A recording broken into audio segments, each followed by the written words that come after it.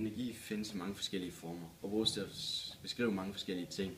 Det kan blandt andet være varmetilførsel, som vi arbejder med i klassen. Energi forsvinder ikke, og kan heller ikke opstå ud af ingenting. Der er 2 forskellige former inden for fysik. Den ene, der snakker vi om temperaturen på en genstand. Ved den anden, der snakker man om overførslen af varmeenergi. Og der er energi i alting, og enheden for energien er joule, som kommer fra den engelske fysiker James Prescott Joule.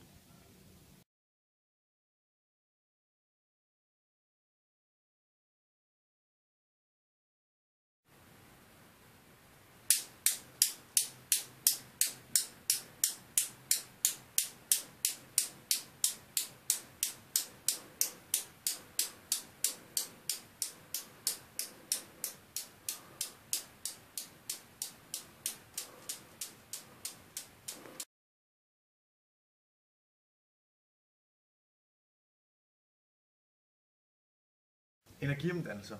Ved hjælp af energi er vi i stand til at beskrive mange af de processer, der foregår i naturen.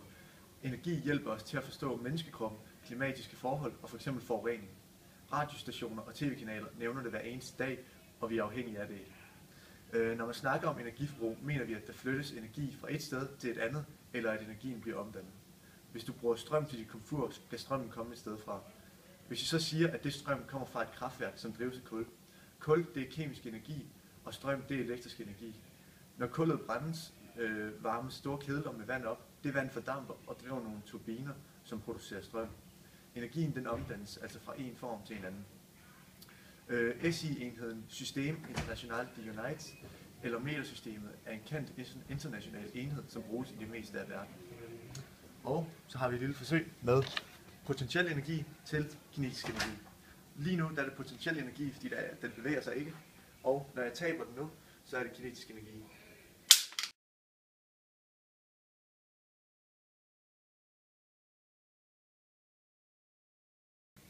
Hvis vi antager, at et køleskab bruger 125 joules per sekund, og vi skal finde ud af, hvor mange kilowatt det bruger per år, så siger vi 60, det er sekunderne, gange 60, det er minutterne, gange 24, det er timerne, gange 365, det er dagene, gange med 125, og det er julesene. Det gør vi for at finde ud af, hvor mange joules det bruger per år.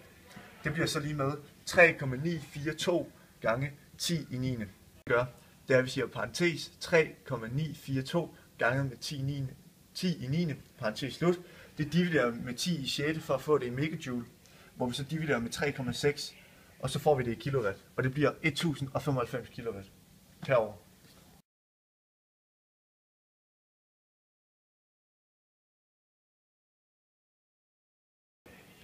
Ja, varmekapacitet. Varmekapaciteten findes for et stof ved hjælp af den her formel, og Q spiller rollen som varmetilførsel, og T stiller rollen som temperaturændring, og C er så varmekapaciteten. Det har enheden kilojoule per grad Celsius, og vi har lavet en udregning, hvor vi tager 0,5 kilo vand, og det opvarmer vi fra starttemperaturen 15 grader Celsius til 90 grader Celsius. Og vi ved, at der skal 4180 kilojoule per kilo vand for at opvarme det 1 grad. For at finde ud af, hvor mange kilojoules vi skal bruge for at varme vand op 1 grad, så ganger vi vands masse med varmekapaciteten, som er 4,18 kilojoule per grad Celsius. Så tager vi T i slut og minuser med T i start, og der får vi 75 grader Celsius. For at finde ud af, hvor mange kilojoule vi skal bruge for at varme vandet op til 90 grader, så ganger vi vores 2,6 kilojoule med 75 grader, og så får vi 195 kilojoule.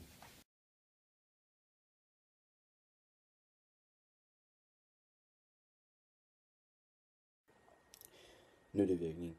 Når man vil overføre energi, f.eks. bevægelsesenergi, til elektrisk energi, som man gør f.eks. i en dynamolampe, men altid mister noget energi undervejs. Nyttevirkningen er defineret ved den udnyttede energi divideret med den tilførte energi. Dette kan aldrig blive over 1 eller lige med 1, da det er fysisk umuligt.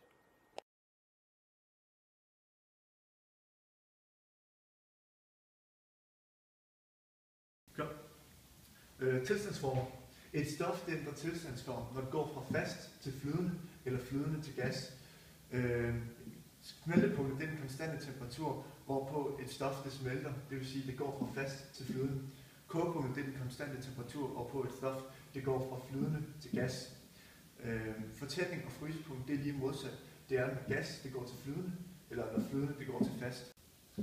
Trippelpunkt det er det sted, hvor et vist stof kan gå fra fast og direkte til gasform. Det kaldes sublimation, og det kræver et vist lavt tryk og en vis temperatur.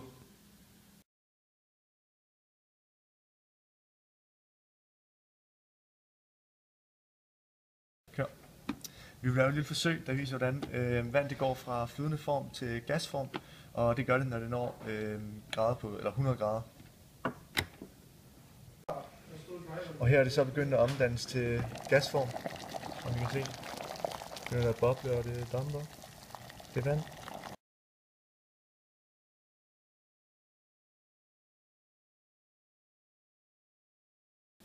Specifik varmekapacitet er den energi, der tilføres et stof i en bestemt tilstandsform per masse per grader Celsius. Og enheden for det her, det er joule over kilo gange grad Celsius.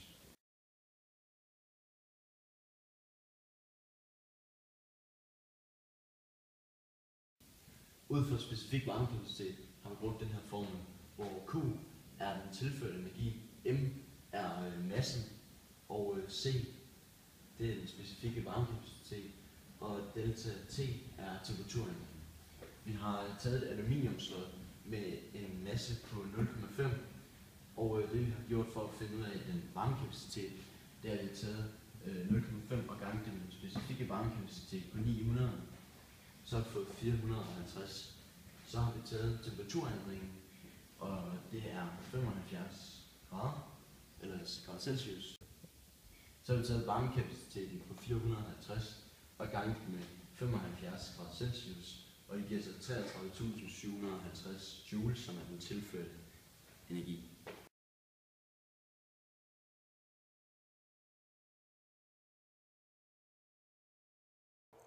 Yes, og i mit oplæg, eller mit indslag, der vil jeg gerne snakke om Newton og om tyngdekraft. Og jeg tror, den bedste måde, vi kan gøre det her på, det er, at vi ligesom deler den ind i hver sit. Og jeg synes, vi skal starte med Newton. Isaac Newton, han var en engelsk fysiker, og han var en af de mest betydningsfulde videnskabsmænd, der nogensinde levet. Og han opdagede tyngdekraften ved, at han en dag, eller sådan går historien i hvert fald, at han ved at han en dag sad ude i sin have, og han så et æble falde ned. Og fordi det ikke faldt opad, men det faldt nedad, så konkluderede han på den måde, at der måtte være en kraft, der ligesom trak i. Han er også meget kendt for sine 3 love, der ligesom beskriver, hvordan tyngdekraften den fungerer. Og den første lov, den lyder således, at påvirkes legeme ikke af en resulterende kraft, vil enten lægge stille eller blive med at bevæge sig med konstant hastighed i samme retning. Altså kort sagt, hvis et legeme ikke bliver påvirket af så at sige tyngdekraften, så vil det enten lægge stille eller konstant bevæge sig i samme retning med samme hastighed.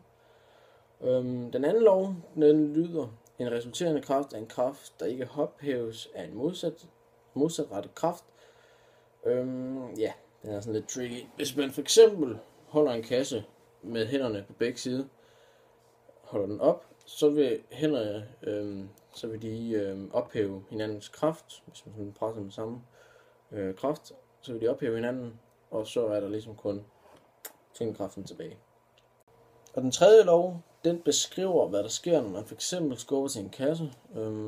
Sådan trykket man mærker mod hænderne, fordi kassen den ligesom skubber tilbage med en ligesom modsatrettet kraft.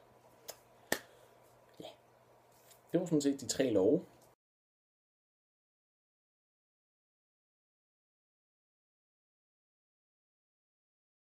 Ja, og nu til tyngdekraften. Det er sådan set ligegyldigt, hvor på jorden vi befinder os, så er tyngdekraften altid til stede. Og den tyngdekraft, der er gældende for os, det er jordens tyngdekraft.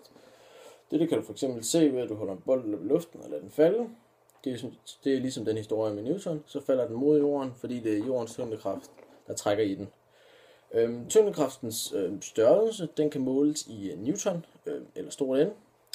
Og normalt så ligger kraften på 9,82 Newton. Dette kan dog variere afhængig af hvorhen i verden du er. Og det skyldes, at jorden den ikke er helt rund, den er sådan lidt sammenpresset, så den er bredere på midten, end den sådan burde være i forhold til en helt normal cirkel. For eksempel ved ekvator, kunne være eksempel, der ligger den på 9,77 newton per kilo. Ja, det er sådan set bare det. Stop.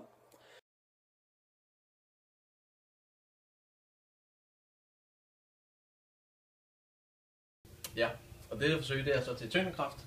Og ved dette forsøg der kan vi måle, hvor kraftig tyngdekraften er. Og normalt der vil tyngdekraften ligge på 9,82 newton. Men det kan sådan set variere afhængig af hvorhen i verden du er. Og det skyldes, at jorden den ikke er helt rund, men den er ligesom lidt sammentrykket. For at udføre dette forsøg er det en god idé at hænge det op, så newtonmeteren, som det der, det hænger stabilt. For ellers der kan der komme små rystelser, hvis du holder den selv. Så vi hænger den lige herop. Og så først, så for at sikre, at den her den rent faktisk vejer 1 kilo, så lægger vi den lige op på en vægt. Og den vejer cirka 1 kilo. Der er lidt gram til års. Bagefter, så hænger vi den op på newtonmeteren. Og som vi kan se på newtonmeteret, så vejer den lige præcis 1 kilo. Og hvis vi så lige drejer newtonmeteret, så kan vi se, at den cirka ligger på 9,8 newton. For at formindske fejlkilder, så har vi nu her benyttet os af et andet newtonmeter, som er i stand til at måle en højere vægt og et højere antal newton, som vi kan se her. Ja, og vi benytter os af den samme vægt igen, som står på cirka 1 kilo. Og som vi kan se, hvis vi vender newtonmeteret således, så kan vi se, at her der ligger den sådan cirka på lige lidt over 10. Så allerede her der har vi en forskel fra det newtonmeter vi brugte før.